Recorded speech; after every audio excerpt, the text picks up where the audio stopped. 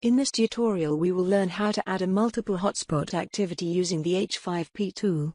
You have to keep in mind that in this activity you can only insert one single picture with hotspots for the user to find. You cannot add more pictures at the time being. Begin by typing find multiple hotspots at the select content type list. When you find it, click on it. The first thing you have to do is to type a title for your activity. We'll name it as Find Multiple Hotspot Exercise. At the beginning you need to type the question that will guide the learner. It's a good idea to type what the learner is supposed to look for. We will type, find all the vegetables in this picture at the title of this question field. Next we have to upload the image that will be used as the background image for the hotspot question. Click on the Add button as shown to upload your image. Find your image, select it and click the Open button. Afterwards the hotspots have to be set. To do so, click on the Hotspots tab as shown in the video. If you want your learner to see the instructions for the exercise above the hotspot, you need to type those instructions at the task description field.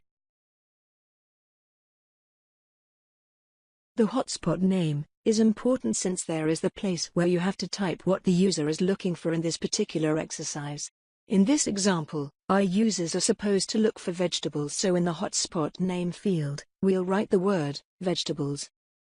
At the next field you can type the number of correct hotspots that need to be found in order for the activity to be considered as complete. You can also leave this field blank. Thus it will automatically adjust to the number of correct hotspots that you will set in the following step. In this example there will be 2 correct hotspots. We can either type it or leave it blank. Here you can see the background image that we uploaded at the previous tab. It's time to set the location of our hotspots. Let's locate the correct hotspots by creating the hotspots for our vegetables. Since our objects look like circles, we shall use the circle hotspot icon at the top left corner of the hotspots field.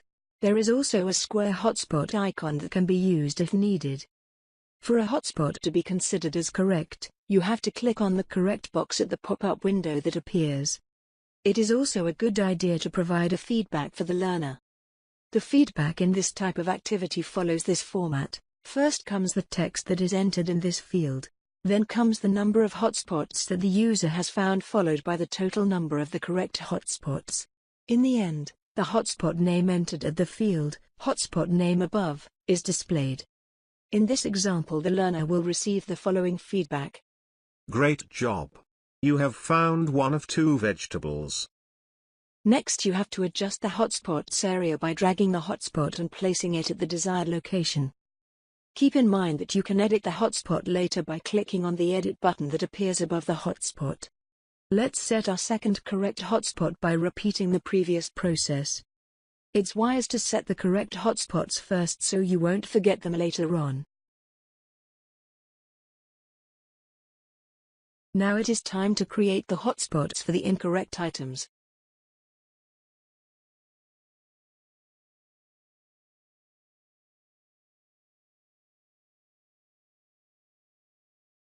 Next we need to set the message that will appear if the learner clicks outside of the created hotspots, in a blank area. This feedback is typed at the feedback if user selects an empty hotspot field. There is also the option to customize the feedback that the user will receive if he selects an already located hotspot.